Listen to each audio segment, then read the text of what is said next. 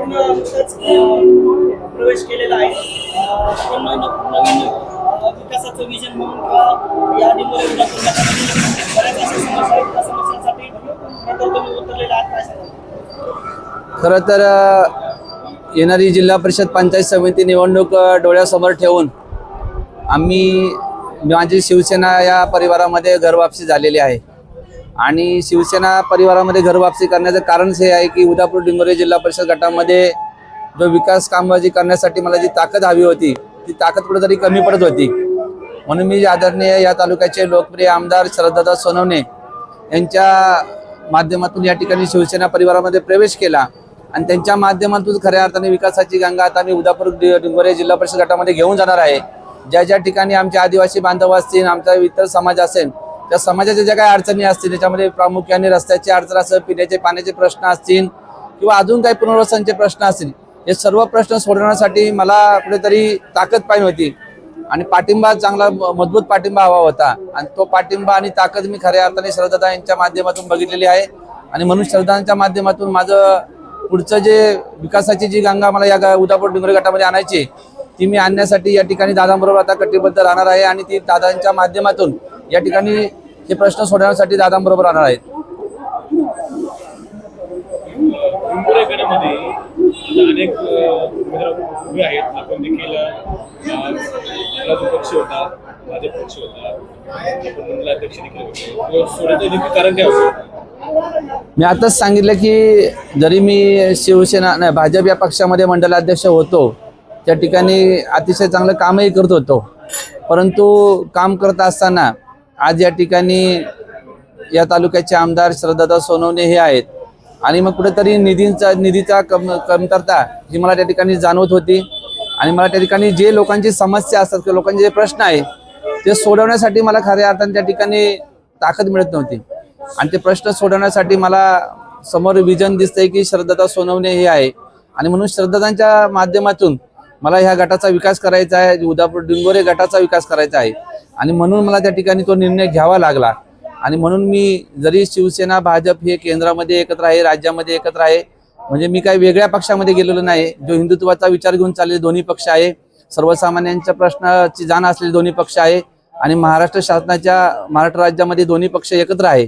त्यामुळे मला असं वाटत नाही की मी कुठल्या वेगळ्या पक्षामध्ये प्रवेश केला आहे.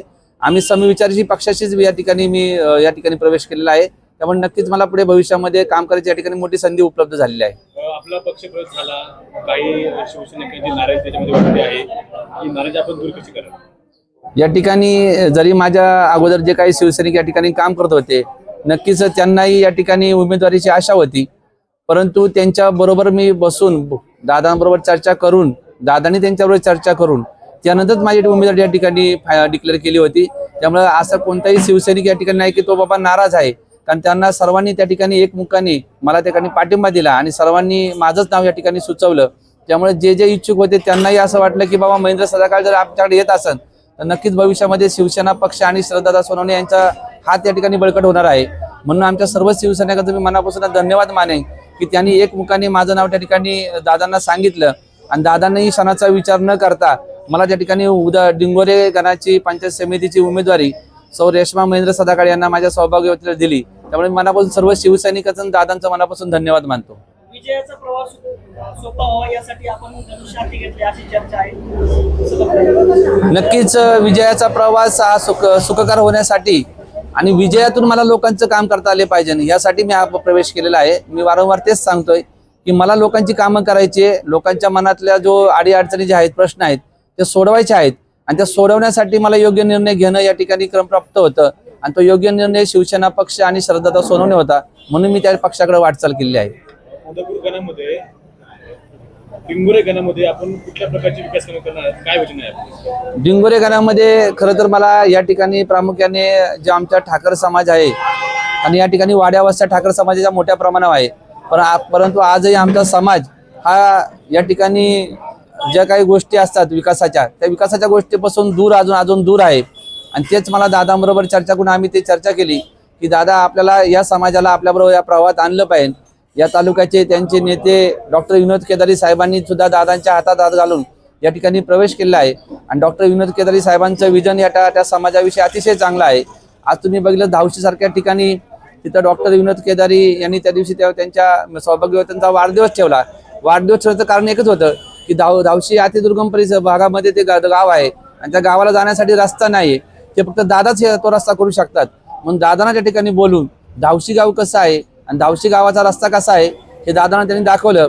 आणि दादांनी तो शब्द सुद्धा त्या ठिकाणी दिला की येणाऱ्या काळामध्ये आपण धावशी असेल किंवा आपल्या तालुक्यामध्ये ज्या ज्या ठिकाणी ठाकरवाडींचे जे समाज आहे ठाकर समाज त्या ठिकाणी असलेल्या त्यांचे प्रामुख्याने ज्यांचे रस्ता असेल, वीज असेल, पाणी असेल, हे प्रश्न आम्हाला सोडवायचे आहेत. त्याबरोबर आमचा जो इतर समाज आहे बहुजन समाज, त्या सर्व समाजामध्ये त्या ठिकाणी जे काही छोटे छोटे प्रश्न असतील तर प्रश्न सोडवण्यासाठी या ठिकाणी मला तो माझं ते विजन आहे आणि ते मी नक्की पूर्ण करणार आहे.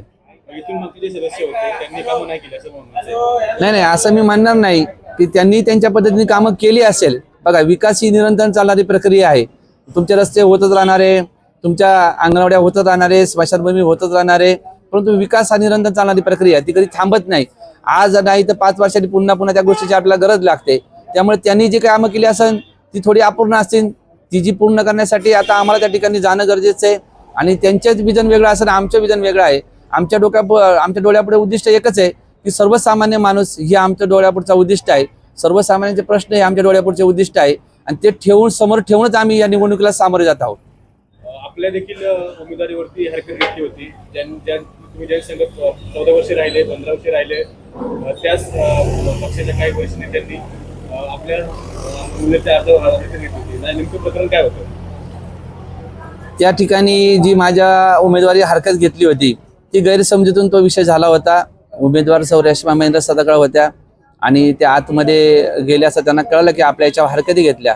परंतु नंतर त्याच हरकती ज्यांनी घेतल्या त्यांना त्याच्यात जो गैरसमज झाला होता तो गैरसमज 15-20 मिनिटात दूर झाला आणि लगेच त्यांनी तो मागे घेतला.